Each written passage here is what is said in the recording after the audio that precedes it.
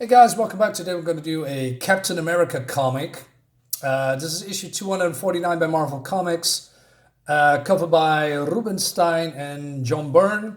I picked this up because, well, purely of the cover. I mean, robots and, superhero stuff, pretty cool in my opinion. So let's dive in.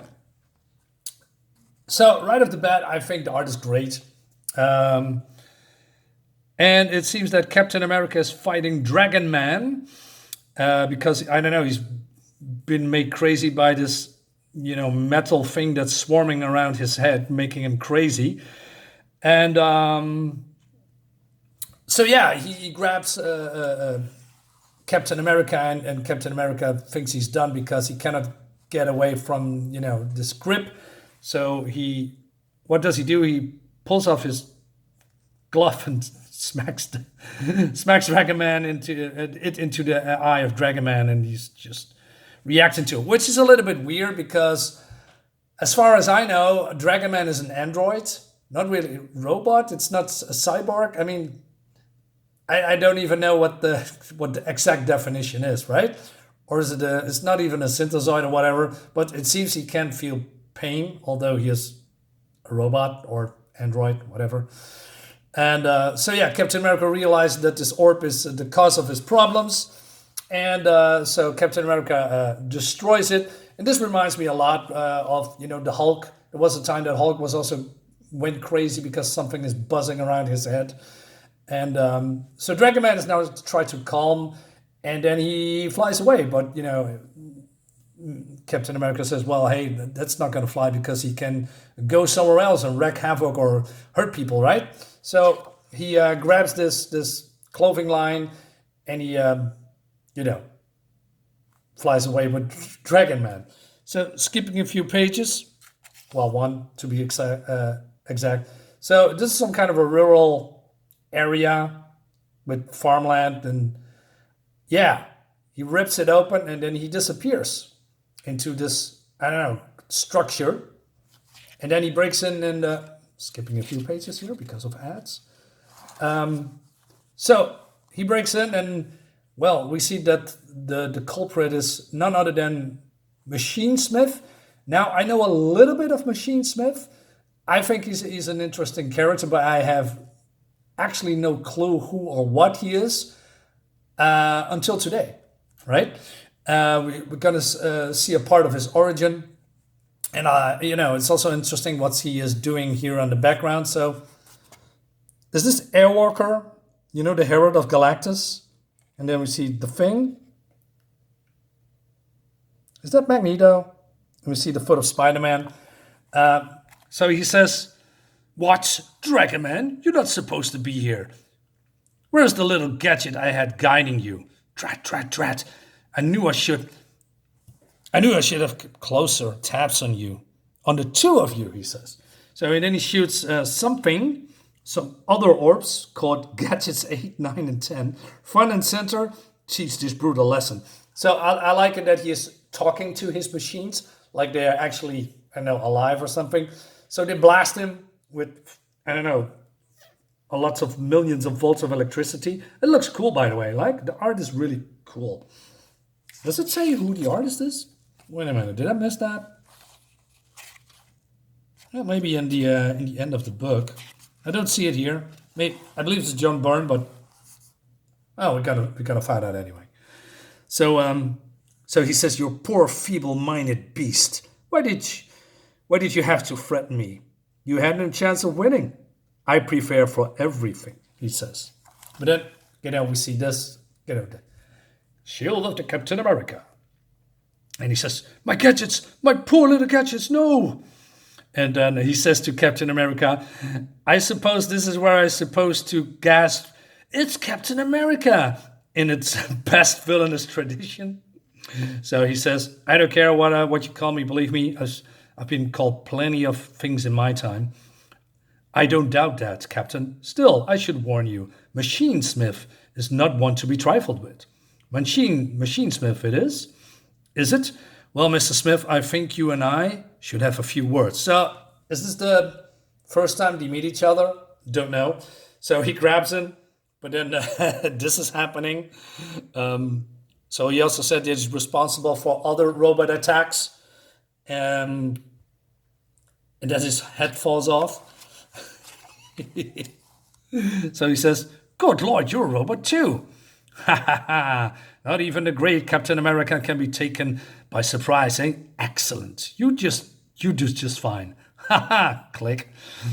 And then he turns around and, well, it's Machinesmith, and he's there standing at the door, and then he's being distracted. So there's, I don't know, robots attacking him, and it's the robot also says it's clubbering time. So yeah, the action looks great. And oops, I accidentally touched my camera here. And but he has a little bit of advantage because they are not completely assembled, so he can get away with it and try to attack or machine. Damn it, ads, Machinesmith. So the door closes, but he throws a robot in it, and Machinesmith walks away, and he doesn't know that Captain America is behind him, so he tackles them, and he says,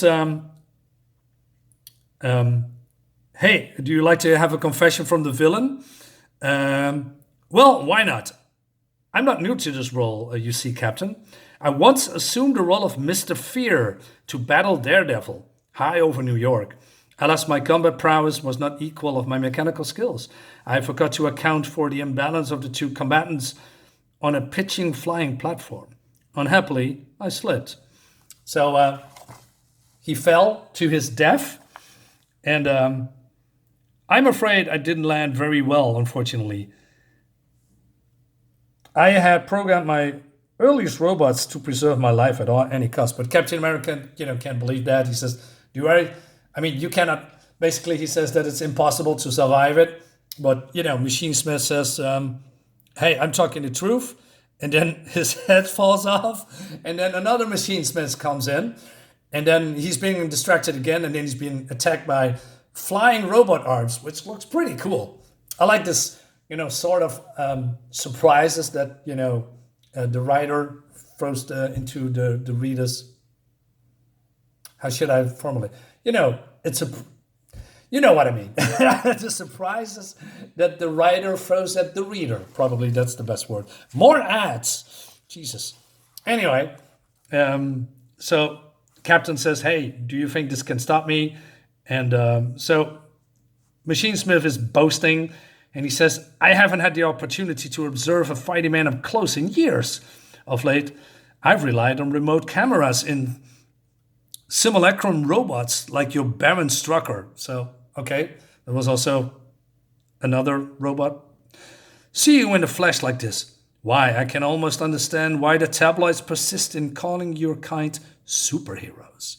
So he tells the story again, how he came back to life. And these robots, man, I've seen this before, and I was thinking, I think I could have put my hands on it, but I believe it was an 80s comics with Daredevil and this kind of robot, and I believe it was drawn by Gene Colan. I almost sure that this is the same robot, but I didn't know there's multiple, because this visage reminds me of that robot with Gene Colan and Daredevil. It's pretty cool. So he wakes up and he has a robot frame, and it seems that his robot servants just preserved his life. It's not that he has a brain in this robot form, but more like his conscious is being downloaded.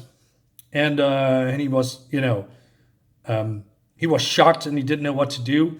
But then he pulls himself together and, making machines and also selling machines to bidders so he can get a small fortune to continue his work. But I'm not sure. And then that's how he became the Machinesmith. I'm not really sure what his motivation is. I mean, does he want to? I know he doesn't want to rule the world, so I'm not entirely sure what his plan is. Anyway, so I love this panel, with the lighting and this wall that comes down, right? Instead of have a blank wall with nothing in it and with Photoshop bullshit in modern comics. No, John Byrne actually did some effort here. So Captain jumps forward because of the, closing wall, and the, 3 strikes, Captain. You're out, he says. So I love the small quips from the Machinesmith. He's a funny dude. So Captain says, how am I ever supposed to stop a man who can switch his mind from one body to another? Do I have to smash every single robot that he ever built? And then, oh no, he says, damn it, ads, leave me alone. So yeah, there's a whole army of Machinesmiths. And he says, what's the matter, Captain? Don't tell me that a living legend such as yourself is worried about a little thing like an army of Machinesmiths. What money won't buy, eh? But enough of this mad hilarity. Attack! So he sends all his body and his goons, and it seems that he can switch his quote-unquote consciousness from robot to robot very quickly, and he is almost being overwhelmed. And then it seems that these robots are fighting harder when he comes closer to this panel here. So the robots confirm that this is some kind of a memory bank or some, well, they call it a central synapse system. And so the captain jumps forward and, plunges his shield into this panel, and it explodes, and, everybody's just now lying down except for the captain. So, and then he hears a voice, because the captain thought that the real Machinesmith was going away. And he says, no, that's not entirely true. But I see you're confused. Allow me to explain. Remember how I said my robots had program recorded my mind? So they did, but into this computer. You said you become a living robot. No, I said that I expect I become one of a bit of a half-truth. I'm afraid, see, to give my mobility, my cybernetic circuits microbeam me into the bodies. I'm never quite all there. Okay, interesting. And then he please, ads, leave me alone. So he explains that after, that he has more a human visage, he doesn't feel human at all. He also feels, off. And I remember one day I decided that death would be preferable. It would be simple, I thought. Just smash the computer and be done with it. Unfortunately, the prime directive to preserve my life was too ingrained in my cybernetic systems, no matter how I tried. I couldn't kill me. Eventually, I reasoned that my only hope lay in men, in heroes such as yourself. And every bit of data I compelled told me that if anyone could find a way to defeat me, it was Captain America. You used me to commit suicide. Yes, I am sorry, Captain. I know how dedicated yourself are to the preservation of life in its many forms. But believe me, there are cases in which the quality of life falls so low. It becomes little more than a crude mockery of what life should be.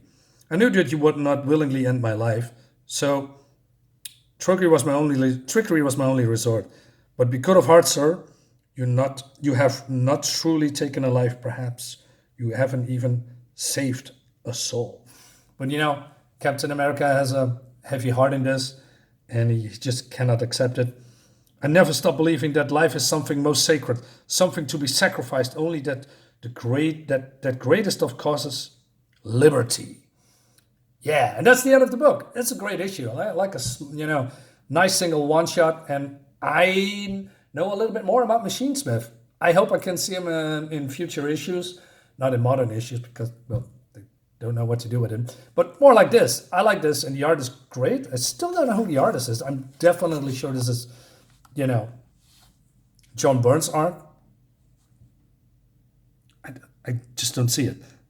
Wait a minute, I'm just stupid. It says here, Roger Stern and John Byrne, and writer, co-plotters, and pencilers.